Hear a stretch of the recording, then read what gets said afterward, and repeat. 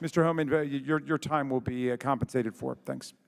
I retired on January 27, 2017, was asked on that same day to postpone my retirement and serve as the acting director of ICE by the President of the United States. It was a great honor. I stayed and served for another year and a half to my second retirement on June 30th, 2018. With more than 3 decades of immigration enforcement experience, I'm extremely concerned about the growing risk to our nation's public safety, security, rule of law, and that is all due to illegal immigration. What is happening on our southern border is unprecedented in several ways. The composition of those entering illegally is unprecedented because 70% of those are either family units or unaccompanied children. It is also unprecedented that a majority of those crossing are abusing the asylum laws and making fraudulent claims of asylum and are exploiting the loopholes that Congress has refused to close. Also unprecedented is the attack and vilification of the American patriots that serve this nation as Border Patrol agents, ICE officers, and agents. The biggest problem involves the unwillingness of Congress to address the loopholes that are causing this crisis.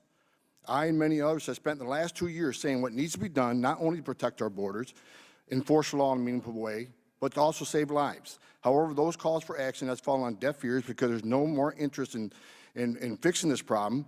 It's about open borders agenda, resisting our president, more interest in that than securing our border. This should not be a partisan issue. I don't care if you're Republican or Democrat, you should want to secure our border. There's no downside on having a secure border. There is no downside on having less illegal immigration. There is no downside on less illegal drugs coming in this country. There is no downside in stopping the bankrolling of criminal cartels in Mexico that smuggle both people and drugs. After all, Border Patrol and ICE are merely enforcing the laws enacted by Congress. The past few weeks, the attacks on the Border Patrol have swelled. The media and some in Congress want to say that those in the Border Patrol custody are mistreated. The holding facilities are overcrowded and there are not enough showers.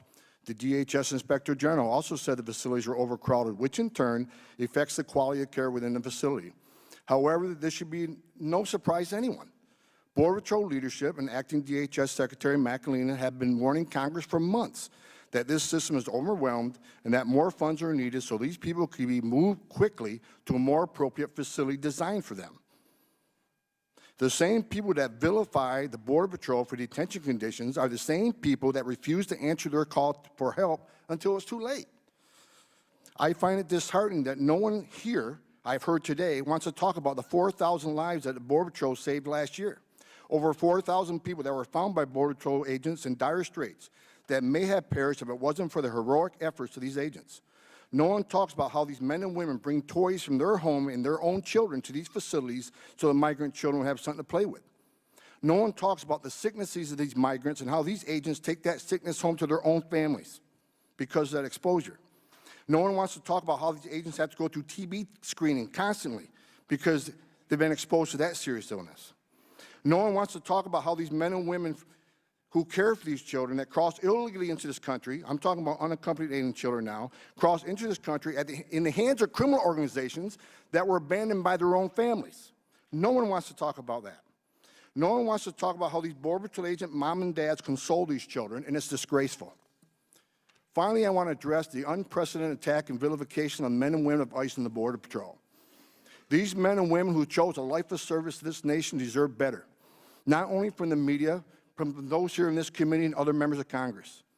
These men and women who chose life of service deserve more. These men and women are working in extremely difficult environments and dealing with an extraordinary influx of vulnerable people. They are doing the best they can under the circumstances. As a 34-year veteran of law enforcement, it is shocking to see the constant attacks against those that leave the safety and security of their homes every day, put on a Kevlar vest and put a gun on their hip and risk their own safety to defend this nation. Those that attack the professional integrity of those that serve and blatantly throw unsubstantiated allegations against these men and women with zero evidence of guilt are wrong and should be ashamed. Most of these allegations will be found to be untrue after extensive investigation, but it's too late when that happens because the damage has been done. The agency has been tarnished, and the spirit of the men and women that serve are many times broken, their morale is at an all-time low. They have to wake up every day and see news reports and comments from representatives in Congress that they're Nazis, white supremacists, that they operate concentration camps, that they knowingly abuse women and children. Those that make those outrageous statements believe that once you decide to carry an ICE badge or a Border Patrol badge, that you lose all sense of humanity. They think that no longer these people have a heart or they care about other people. ICE agents and Border Patrol agents are mom and dads too.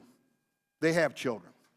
What they see every day in this unprecedented surge of children and families affects them deeply and emotionally. It is something they're going to deal with every day and will stay with them the rest of their lives.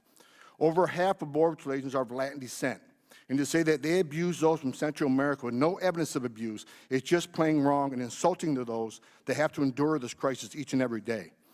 I ask this: has any of those who easily attack the men and women of the Border Patrol ICE, you ever walked up to one and thanked one for serving their nation? Have you ever walked up to one and thanked them for putting their lives on the line every day for this country?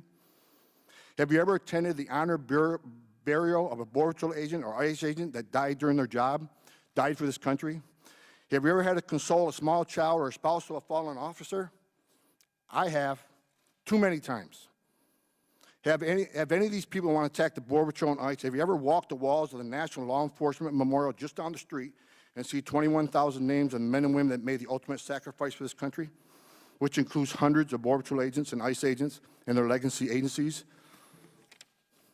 These agencies deserve better from the representatives of Congress. With that, I'll be available for questions.